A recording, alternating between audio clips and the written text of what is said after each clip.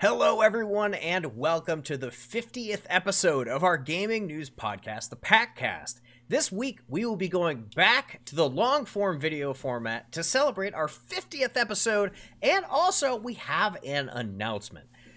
Dan will be stepping away from the Game Pack, and we wanted to take this time to look back at our favorite stories from the past year and send off Dan with a bang.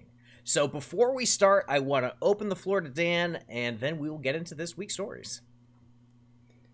Yeah. Okay. So, I prepared a little statement. I want to say this last year has been one of the most fulfilling experiences of my time as a content creator. However, I don't feel like I'm currently able to give the level of attention I think that the Game Pack deserves. So, I will be stepping away for a while. I wish the Game Pack the best while I'm away, and I hope to be able to collaborate with everyone again at some point in the future. Very good. Thank you so much, Dan. Okay, so this week we will be talking about our favorite stories. So I guess we'll just go. We like to do this. We just go in alphabetical order. So Camilo's gonna go first, then Dan will go, John will go, and then I'll go. So Camilo, why don't you just take it away, man? What was the most favorite thing that we talked about on the podcast in like the last 50 episodes, a year or so? Yeah, so I really enjoyed whenever the rumors popped up that we were getting like new Switch models. I think we covered it like a few times. Mm-hmm. Like earlier, I think it was like spring or like early summer last year, there was that rumor that like there's like 2 new Switch models on the horizon, and everyone just jumped on like, oh, it's like a mini version and a pro version, and they're gonna come out at the same time. And I personally didn't think that was gonna happen, but Right. The way that evolved, I guess, is we found out that the Switch Mini became the Switch Lite, and the other Pro version was actually just the regular Switch with the upgraded With the battery. yeah, the battery life one. Yeah. So, and we still don't have a Switch Pro yet, so I think that's like gonna come eventually. Sure. But yeah, At the time of this taping, who knows when they're watching this podcast? But at the time of taping, we still don't have a Switch Pro. nope. There are rumors of, another Switch coming out soon. I mean, there's always Of rumors. course. Dude, this is just the I mean- rumor cast. Personally, since then, I bought a Switch Lite. How are you enjoying it? It's really good. I like it a lot. I got the Switch Lite grip, or the Nintendo branded case for it, and it kind of turns it into like a 3DS. It kind of feels like a 3DS a little bit. And Nice. I've been playing Assassin's Creed on it, so it's been fun. I think it's Nice. I think it's a good system. I love my Switch Lite too. The Pokemon Daishin Zamazenta one. Oh yeah, you have Yeah. the special edition one. Mm-hmm. That one is. I super stopped fresh. playing it for a while after Animal Crossing came out because I was playing that and you can't transfer back and forth. But then I realized if I buy turnips in Animal Crossing, I can put my Pokemon save on my Switch Lite and then mess all I want over there, and I Right. don't have to ruin my turnips. I do have a question for you, Cam. So like all the games that support cloud saves, I had to go into my cloud save management and like download the save. Do I have to do that every single time, or? Yeah, I think you just want to make sure because sometimes if you play on both, it's not gonna do it because it doesn't want. There's gonna be like a confusion, like it doesn't know which one you want to keep. So yeah. Well, I thought when I would load up a game that it would just automatically pull from the cloud, but it doesn't. Well, it hasn't been doing it for me. It's just like That would be a modern platform, John. Yeah, I mean, I just check from time to time to see if it's up to date if I want to play on a different console. Are you glad how like these rumors turned out? Like they turned into the Switch Lite. Are you happy about that, or would you rather? Yeah, I mean, I thought when the rumor for the Switch Mini came out, I thought that was true, and I was like, I don't know if I was excited at the time, but I was like, I really like the Nintendo handhelds, and that was like exclusively a handheld, and it was like really big on the 2DS. So yeah, I was excited, and I like it a lot. It's actually I think it's a really solid system. Like the Lite, it's a very well made. Because it's not modular; it's like one piece. It feels more sturdy. Yeah, the Joy-Con doesn't feel like they're gonna wiggle off. Speaking of Joy-Cons, have you guys ever... Will they drift? Yeah. Sorry, I didn't mean to step on you. They can. Mine haven't. My Joy-Con on my regular Switch have just started drifting. So Okay. Yeah, drift is one of the reasons why I've been very hesitant to like even look into getting a Switch Lite.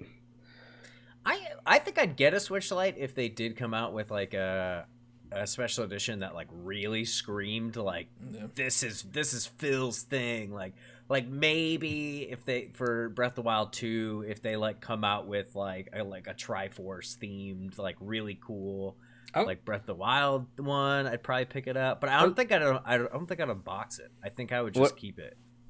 What if they came out with the Phantastic Switch edition featuring Bean? Dude, that'd be pretty hilarious. If you get customizable Switch Lites, that would be really cool. Like you could customize your own. Well, like you can customize your Xbox controllers. Like, that would be cool. If you could like change your Joy-Con, like all the buttons, you could change the colors and the faceplates and stuff.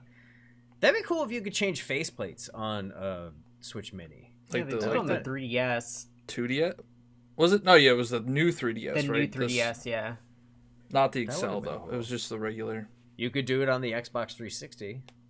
Oh, yeah, you can put those weird faceplates on there. Yeah. Any type of customization, that'd be kind of cool. I don't know why they don't get into that much anymore. But, yeah. Because that's a modern thing. Well, they used to do it. Yeah, they used to do it. Maybe it's not a modern thing anymore. Maybe it's too old. Yeah, it is.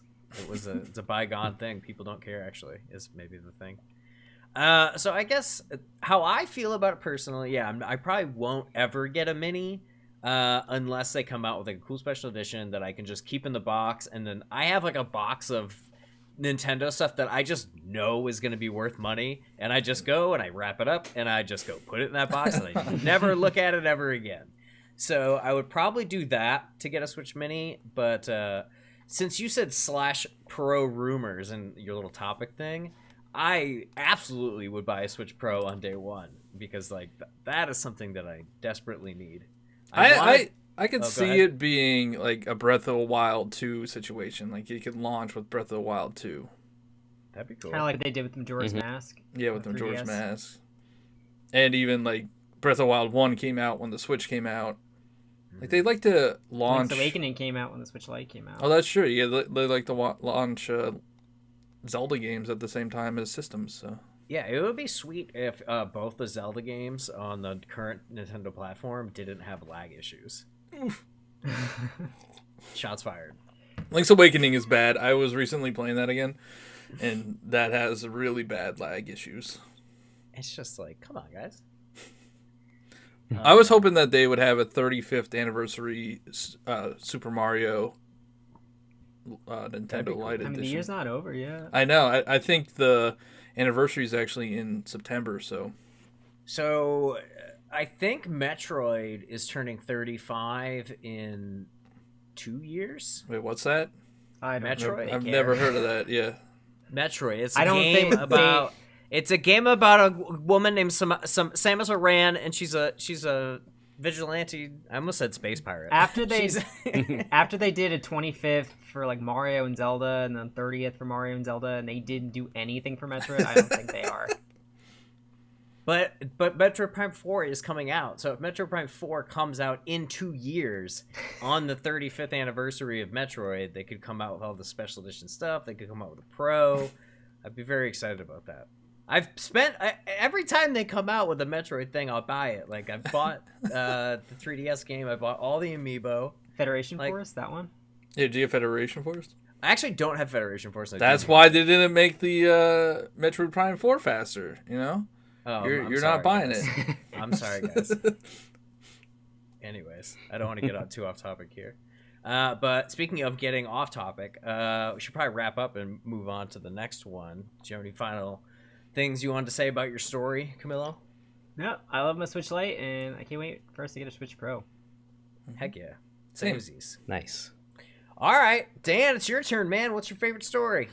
So, well, what I wrote down in our notes is I had an idea while we were talking about the other thing, and I think I might have to go with this, if that's okay. That's fine. And that's gonna be the Breath of the Wild 2 reveal trailer discussion. Heck yeah. Because Okay. Look, can we not talk about that? Why? Because I'm pretty sure I was negative on it. Yeah, John Well, was that's- like, "This is never coming out. Why are you getting excited?" No, it was just I was like, it's just a reveal trailer. Sorry. No, Go we ahead. should Go definitely ahead. talk about it. Go ahead. That's You fine. should- I mean, you should have to sit in your mistake. Made my bed. Made my Yeah, bed. made your bed and sleep in it. All right, go ahead. I gotta Dan. say, whether or not the game ever comes out, that trailer was epic. Oh my goodness! I remember when it released, and like, yes, it's finally confirmed. We all knew that it was very likely going to happen, but now Nintendo has officially said it, and yes, thank you. Like, shut up, all you haters! It's gonna happen. They said it now. It's not like oh, this is not going to take place. And yeah, and all the different things I remember, all the different videos about people picking apart every tiny little minute detail. Yeah. Like trying to translate the squiggles in Exactly. the opening shots. Trying to and figure stuff. out what it means, like decrypt it. Yeah, and like L is real. What? 64? I don't know what that means. It's like, well, L is real 64 is a throwback to Super Mario 64 in the ghost house, like outside courtyard, the fountain. There's a little plaque that has text on it, and it's just placeholder text that's really small and jumbled and pixelated and blurry because it's on the N64. You can barely make it out, but people think that it says L is real and then like a date on it or something. And people were like speculating for like years that means that there's a way to unlock Luigi if you do a certain thing. Like Luigi. I get it. Yeah. I get it. Yeah, so it was very reminiscent. It brought me back to those times, this reveal trailer for Breath of the Wild 2. Like, Wait, so Just- Luigi is going to be in BOTW2 confirmed? oh, I bet. It said so in the squiggles. It's Yeah, gonna Yeah, be I two- did see two-player. a Breath of the Wild mod where Luigi was pulling out the Master Sword, and it was pretty. Nice. Epic. So I guess maybe what would blow your mind in Breath of the Wild 2, I guess maybe would be a cool question. Oh my gosh. I would like to see the map kind of like shift and alter, like see a shifted, altered version of Hyrule that is like similar enough to be familiar, but different enough to rediscover. Because the discoverability of Breath of the Wild just, it captivated me. And if they are able to capture that again, that would be epic. And I can't see them being able to do that unless they tweak and shift things around enough so that they're not just the same, like, oh yes, I've been to this Hyrule. What if they So- blow the whole map up and then you have to traverse this weird brown cloud on a red bird? Oh man. Oh. Brown Cloud on Red Bird, is that a reference? That's Yeah, a Skyward Sword reference. Okay. For some reason, I was thinking the Sandbird in, like, Super Mario Sunshine. Oh, I But- love that level. okay. That was kind of a pain in the butt. Yeah. Oh, man. And then another thing I wanted to ask for this topic would be the amount of toxicity that we've seen from the gaming community over like the last like year, like that we've been reporting on the news, just seems to have increased a lot. And I don't think Breath of the Wild got any hate at all. It was like, this is amazing. People were mad that there weren't temples, but like other than that, like people were super, super happy. Do you think now that like every time a new game comes out, it just gets like hated on, and it's like, unless it's absolutely perfect, do you think that we'll see some of that hate because they'll be comparing it to Breath of the Wild, like the original? And then do you think the toxic clowns will come out? I think that's inevitable. Yeah. Yeah, and there was hate for the like shortly after release, a lot of people were ragging on the Divine Beast. They're like, these aren't the temples. There used to be a whole bunch of temples, and they used to be better. I remember a lot of people saying that for the original game. Yeah. So, I mean, even when a game is pretty much perfect, people will find things to nitpick. Yeah, and that's not going to be going away. People definitely complained about weapon durability. Yeah, if they bring back durability again, I'm going on a rant, man. The I Nintendo thought account it was is really never good. But that's like I'm used to it now. That's the game. Like I appreciated I'm sick the of durability. Like Animal Crossing durability has been annoying me recently because I'm like, I just want let me play, let me dig up rocks. I think if they bring back durability, that they should allow you to repair your weapons like a real RPG. Mm-hmm. That would be nice. Yeah, I hope they have a level system too. You know, add a whole bunch more RPG elements to it. Yeah, like JRPG, like turn-based combat, talent trees. Switch everything to a grid. You can only move by a square. Yep. Oh man. Top-down view. Mm-hmm. Yeah. You can even repair durability in Animal Crossing: New Horizons. You just customize and it resets the durability. Oh, I just let it break. Yeah, because you get Nook miles for it. That's the way to go. Oh man, I'm definitely excited for Breath of the Wild 2. Like that, I think that and Metroid Prime 4. Well, now actually, I don't want to go off on a tangent, but Paper Mario Origami King. That looks good. Yeah, that looks really good. Like holy, I'm very excited for that. That looks like Thousand Year 2, or I guess it'd be Paper Mario 3 if you're counting only good ones. Oh boy. The one thing I do want Breath of the Wild 2 to do is not have as many Korok seeds. You don't have to. 900, or have a better payoff. Like if you're Yeah. gonna have that many collectibles, like, you have to have a better payoff at the end. It didn't But the affect point me. wasn't for everyone to collect them all. The point was to have enough that casual people would find enough of them. To upgrade your inventory. Yeah, I agree with Dan on that one. Yeah. But people like to collect everything. Yeah, well, They threw in a fun joke for those people. Yeah, there they go. Hey, you just wasted a ton of your time. Here's a piece of poop. Yeah, it was amazing. Yeah, do some self-reflection. You earned this piece of poop, and it took you 300 hours.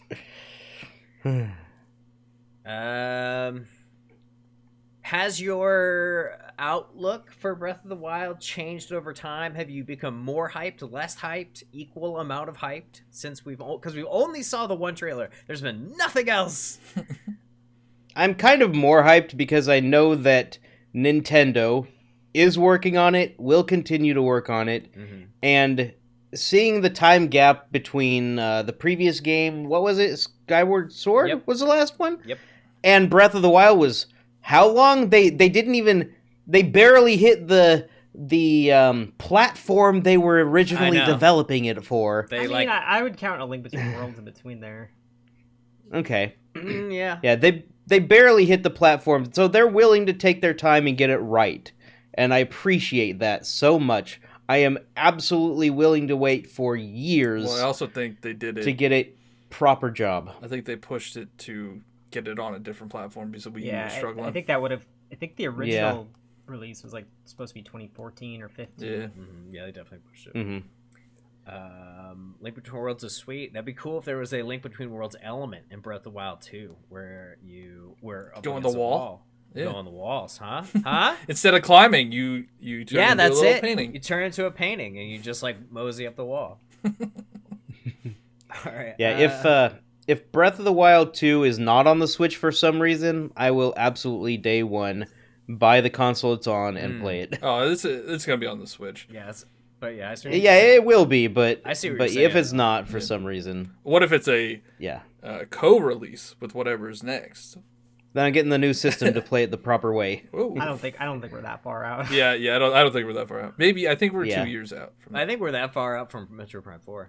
I'm just gonna keep bringing that up. That's not even a real game, dude. The Switch is that wasn't even a trailer. That was a space. So that was graphic. Font. They showed a logo. Font. They showed a logo that was for development of a different team. It's not even the same team anymore. No, I know. The logo for that was for a game that was in development that doesn't exist anymore.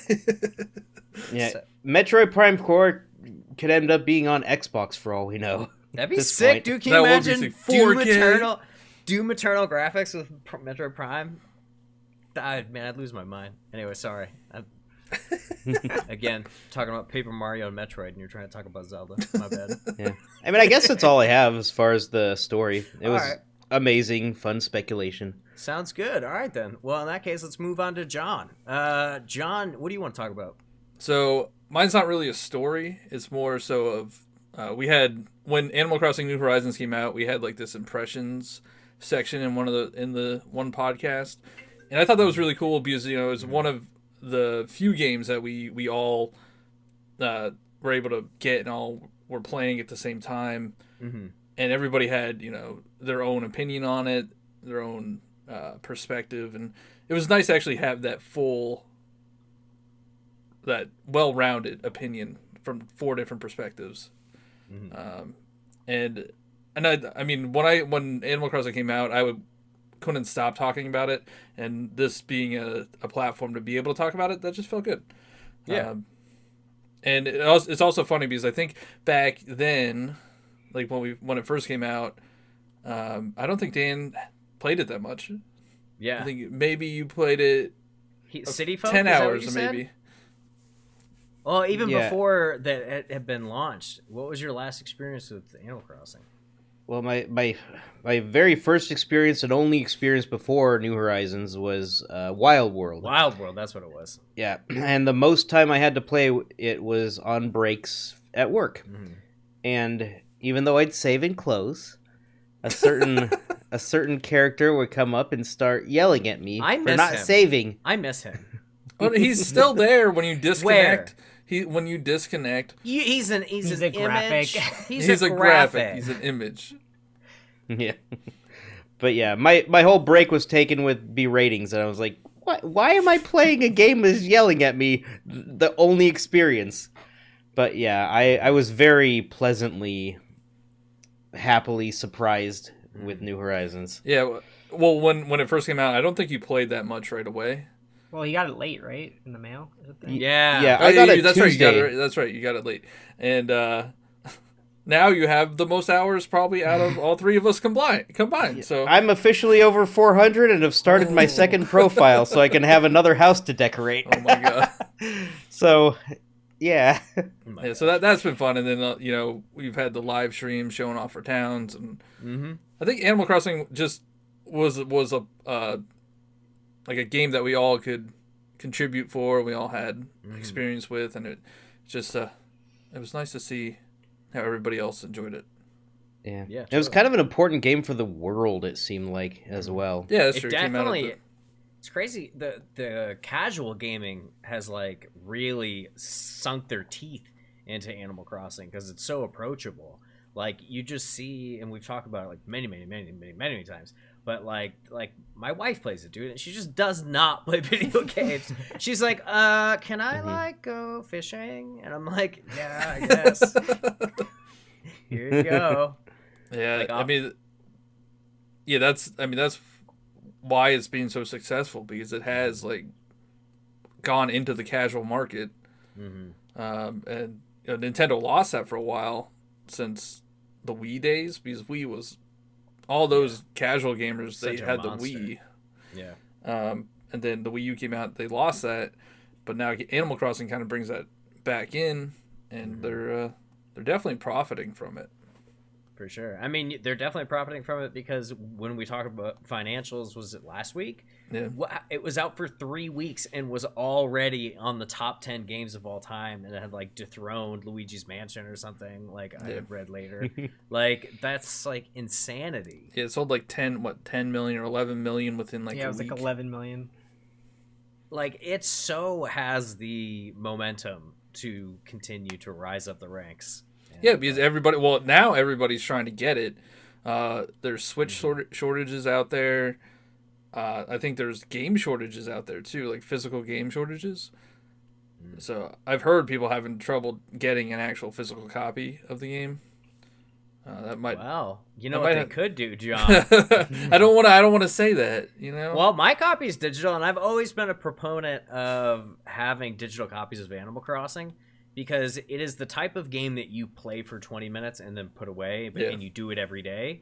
And Unless you're Dan and you play for 12 hours every day, right? I will say that I now have a physical and a digital copy of Nice. But the way that I play and the way most people play is that they check on their town and like they do their fossils and like they do whatever they need to do. But it takes like 20 minutes, 30 minutes, and then like you maybe want to play a game that's like more involved. I mean, you can make Animal Crossing as involved as you want, as Dan has proven, and I'm sure there will be studies and papers written about the way that Dan plays Animal Crossing. But like, if you want to play like an adventure game or something that you want to maybe sink more hours into, that's like, to me, I'm trying to not like bash the way that Dan plays. To me, is more engaging for a longer period of time. Like I can have that cart in, and then I can play that cart for a few hours, and then I can play Animal Crossing, and like it's not annoying to like go back and forth to get my cartridges. So anyways, I saw a picture. Physical. Yeah, I saw a picture today of someone who turned their entire island's map into a picture of Danny DeVito's face. I saw that too. I don't know if that's real though. That might be doctored. That's pretty. Maybe. I mean, it's still pretty funny. That's playing it right. There's no wrong way to play Animal Crossing. Thanks, John. I was just about to say that. That is 100% true.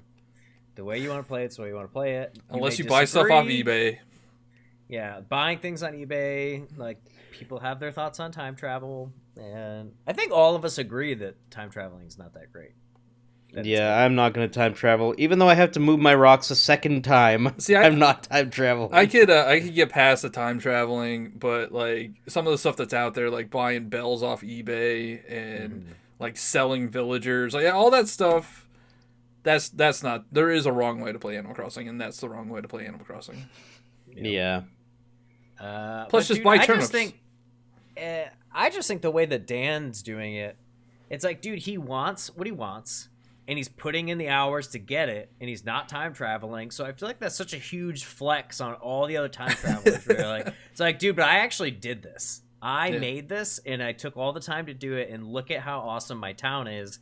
And yeah, you time traveled, so like your town is invalid. Yeah, I agree. I agree with you. I agree personally. With you. That's my humble opinion. When I see someone offered me a blue rose, and I said, I'll take the top of, like, the head of a blue rose, but I won't take the flower, because I want to breed it myself over the 3 months that are required. Oh, wow. Eventually, when I get into breeding. It's like a several-month process to get a blue rose, and that would be epic to get one without time traveling. That's pretty cool. Yeah. So how have all of our experiences changed with Animal Crossing since it came out to how much you play it right now? I mean, I went hard. I went real hard that first week. Mm-hmm. And I paid off all my loans, and I kind of don't really like go that hard on it too much. Right now, I've just been visiting other people's islands for the most part. Okay. Like I just go and check out their islands. But other than that, like I just do my daily, like dig up fossils, find my dig spot, like just do that stuff. And then I'm good for a while. I have a ton of bells, so I don't really need bells. Yeah. That's pretty much what I'm doing. I'm doing the exact same thing, except I'm not bringing it on. I'm not streaming it or anything, so I'm not like visiting anybody. I play with my wife, which is fun. And then I do the turnip. I do turnips on Sundays, just because like it's like added high stakes. You like throw $500,000 into something, and you're like, I could lose this, but I mean, I've done it so many times that like, I mean, I won't lose it, but like I've done it so many times, it's like it doesn't really matter if I lose the bills anyways. But whatever. What about you, Camilo? I've been playing less than when it like first came out. Last week I think I bought like 3 pocketfuls of turnips, and then this week that paid off for you, didn't it? Because you had 500. You had like 500. Actually, I didn't even sell them at my price. I found somebody else at like 640. Whoa. So, yeah. So I've been using the turnip exchange a lot. So I paid off my whole house. I have like 7 million. But this week I only did like a 1 pocketful because I was busy, and I was just like, I need to get some turnips. And my turnips went up, actually, this week. They were like 107. So, yeah. My turnip prices are always garbage. Actually, I was kind of bummed. I missed the May Day thing. I was like, oh, yeah, I'm going to do it. And then I forgot. I also missed it. It was okay. I hope they do. I hope they do stuff like that in the future. Yeah, I liked it. The museum thing started today. Yeah, it did. Yeah, I saw that. Yeah.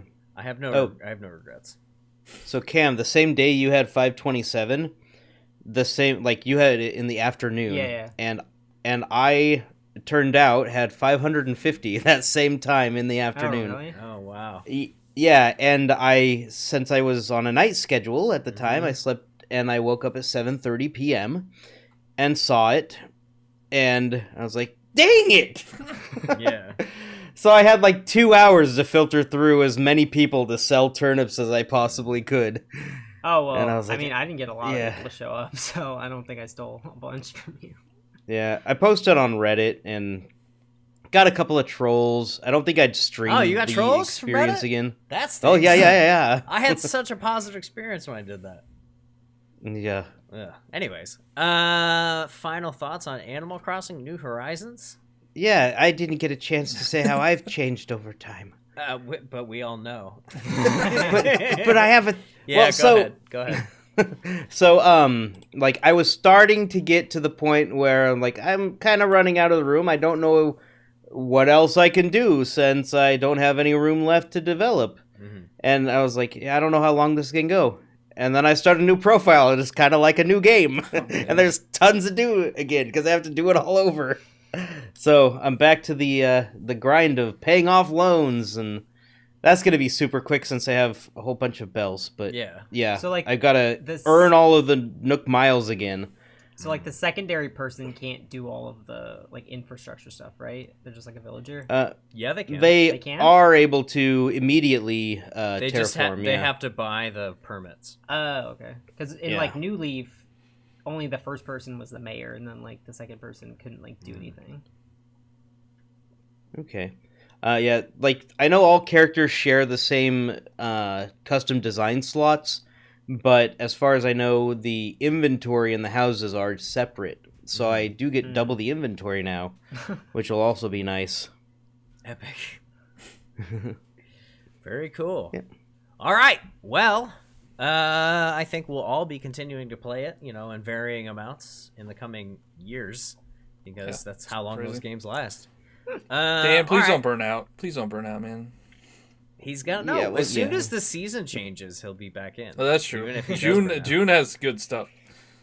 Yeah, at least for a long while, I'll be doing the daily activities for half an hour of, getting all my stuff in order.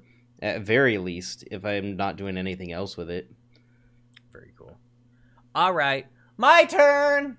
I'm gonna talk about the Sirfeth'd revealed, which is the evolution of Farfetch'd, which was my favorite Pokemon, kind of. I have a couple of favorite Pokemon, but like Farfetch'd, I always thought was just so dumb because he's the most worthless Pokemon, and he's just a duck. He's just a duck. And I really liked him in like my original playthrough when I was like a little kid, and he never got any love. And he finally, in Pokemon Sword and Shield, has an evolution, and it's cool. And he's like, what is it? Not dark and fighting. He's fighting. Just fighting. He's fighting, and he just looks like badass. I just really liked him a lot. And Is that your first shiny that you got? Yeah, it was the reason I played Sword over Shield, was so I could shiny hunt Farfetch'd right away. So I think he was my first shiny in Sword and Shield.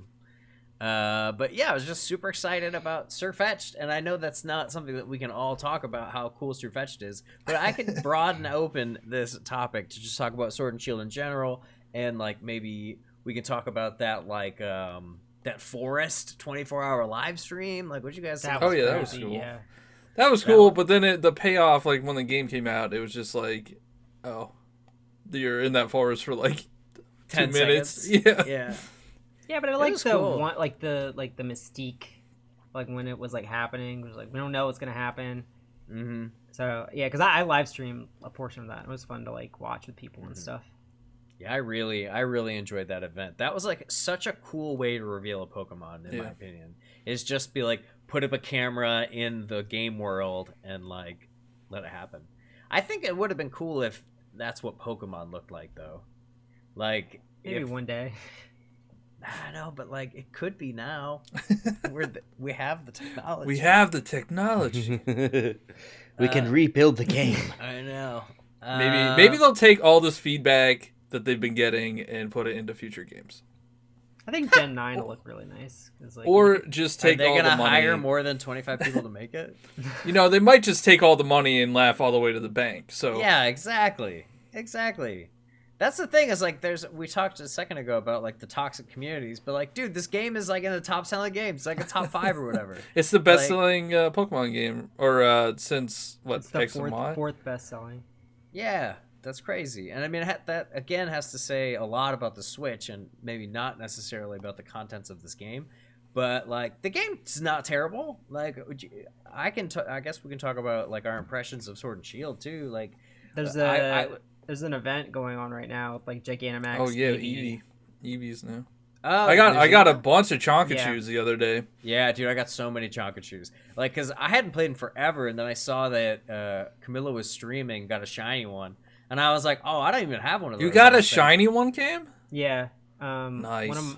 One of my Discord members like rolled a shiny den, and I went in. So yeah. So that was cool. So yeah, I mean, it's been cool to like kind of pop back in and see what's up. But like, I was a little bit like, oh, I remember why I don't play that much anymore because like, really, unless I'm gonna like rebuild a competitive team from scratch or like. Grind the battle tower. There's not much to do until the DLC comes out. So like I'm looking forward to the DLC. Like that's gonna be cool. That reveal was cool. I liked when that was revealed. We talked a lot about Pokemon. Yeah, dude, we talked about Pokemon. There were times before we started taping where I was like, are we really gonna talk about Pokemon again? Like there were many times where Dan, how do you feel about Pokemon? Well, I gotta say, when they announced that they were adding Wigu and Tupi, I was really tempted to get a copy. There is a T Pokemon. There is a T Pokemon. What is his name? Poltegeist. Poltegeist. And then, there's the cup. What's the cup one too? Isn't there? I'm blanking. Oh, Sinistea. That's it. Yeah. Sinistea. Like the unevolved form of it. Yeah, I might jump back in and do some shiny hunting. Like, I'd like to do... I just really enjoy the other games more. Like, I don't know what it is. You mean like other Pokemon games or other games in general? Yeah. No, I mean, the other Pokemon games. Like, because I'm still, I'm casual, but, like, I am a big Pokemon fan at heart. Like, I really do like the franchise. But there's just so many other... stories and worlds and like or not worlds but regions that like I prefer. Like I just prefer other regions. Like I mean, I can attest to the shiny hunting because the shiny hunting method in Sword and Shield is broken and they don't fix it. So yeah, so it's like more fun. It's like kind of more fun to play those older games. Like that time that Camilo and I did it took us forever to finish it, but like the Omega Ruby Alpha Sapphire Nuzlocke was like some of the funnest Pokemon I've ever played in the history of Pokemon. And like that game is on 3DS. And I just think I think that game is just hands down better than Sword and Shield. Thoughts, Camilo? Omega Ruby Alpha Sapphire being I mean, I really like Shield? it. There are a lot of Pokemon purists that like spit on Omega Ruby and Alpha Sapphire because they say the originals are better and they kind of like dumb down the game way too much. But I liked Doras a lot. Dexnav was really cool.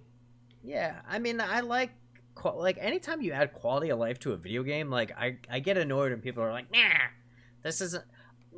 I mean, I'm gonna take that back. I'm gonna step back because the like Let's Go shiny hunting stuff is super dumb and broken, and like they make it more accessible, and like I don't like that.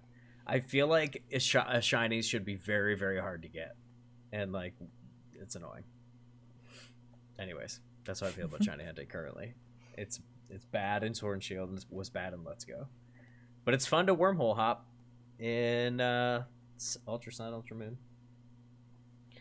Yeah, I don't know what else to say about Pokemon. I mean, I love it. I have a lot of plushes.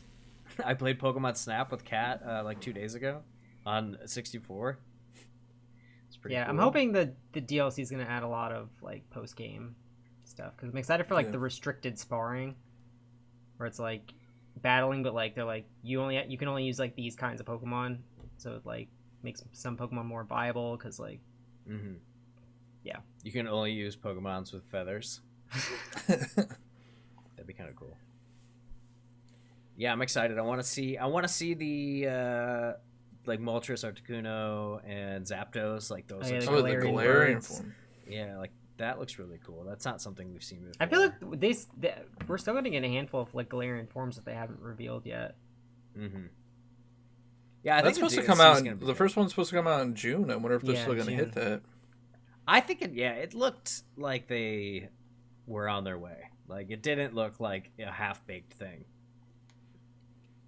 But Nintendo's the old, I guess that's Pokemon Company, but Nintendo's doing like these shadow drops and like the trailer for Paper Mario. They're like, hey, here's Paper Mario. It's coming out in 2 months.